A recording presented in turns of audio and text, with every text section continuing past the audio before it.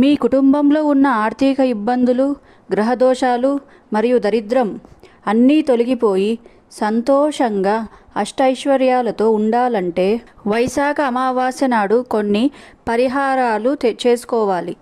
ఈ పరిహారాలను తెలుసుకోవాలంటే ఈ వీడియోని స్కిప్ చేయకుండా పూర్తిగా చూడండి. వైశాఖ అమావాస్య అనేది ఆధ్యాత్మికంగా మరియు జ్యోతిష్యపరంగా చాలా శక్తివంతమైనది.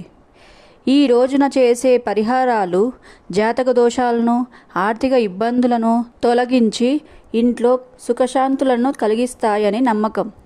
ఈ వైశాఖ మాసం విష్ణుమూర్తికి చాలా ప్రీతికరమైనది. ఈ మాసంలో వచ్చే అమావాస్యని శని జయంతిగా కూడా జరుపుకుంటారు. ఈ అమావాస్య నాడు చేసుకోవాల్సిన పరిహారాల గురించి తెలుసుకుందాం. మొదటిది పితృదోష నివారణ పరిహారం. అమావాస్య అంటే పితృదేవులకు చాలా ప్రీతికరమైన రోజు. వైశాఖ మాసంలో పుణ్యకార్యాల ఫలం ఎక్కువగా ఉంటుంది. ముఖ్యంగా పితృదేవతలకు తర్పణ మొదలడం, అలానే వారి పేరున పేదలకు అన్నదానం చేయడం, అలాంటి పనులు చేయడం వల్ల పితృదేవతలు చాలా సంతోషిస్తారు. మరొక పరిహారం ఏంటంటే శనిదోష నివారణ. వైశాఖ అమావాస్య నాడే శనిదేవుని జన్మదినం కాబట్టి శని ప్రభావం ఉన్నవారు ఈ పరిహారం చేసుకోవాలి. ఈ పరిహారం ఎలా చేయాలంటే శనిదేవునికి నువ్వుల నూనెతో అభిషేకం చేయాలి. అలానే నల్ల నువ్వులు కానీ నల్లని వస్త్రాన్ని కానీ దానం చేయాలి. ఇలా చేయడం వలన శనిదోషం కొద్ది వరకు నివారించవచ్చు. అలానే ఆర్థిక ఇబ్బందులు తొలగిపోవడానికి ఈరోజు కొన్ని పూజలు చేయాలి.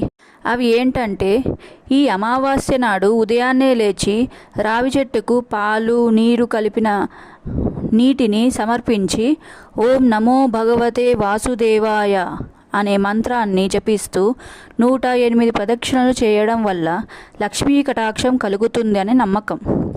మీకు ఉన్న అప్పుల బాధలు తీరిపోతాయి. అలానే అఖండ ఐశ్వర్యం కలుగుతుంది అని నమ్ముతారు. ఈ వైశాఖ అమావాస్య నాడు నీటి కుండలు, విసనకర్రలు, గొడుగులు, నువ్వులు, బెల్లం అలాంటి వస్తువులు దానం చేయడం వల్ల విశేష ఫలితం ఉంటుంది. ఈ రోజు చేసే ఏ చిన్న మంచి కార్యమైనా అనంతమైన పుణ్యఫలాన్ని ఇస్తుందని నమ్మకం.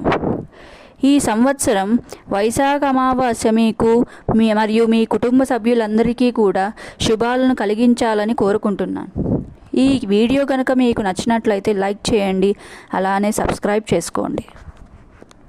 ఓం నమో భగవతే వాసుదేవాయ నమః.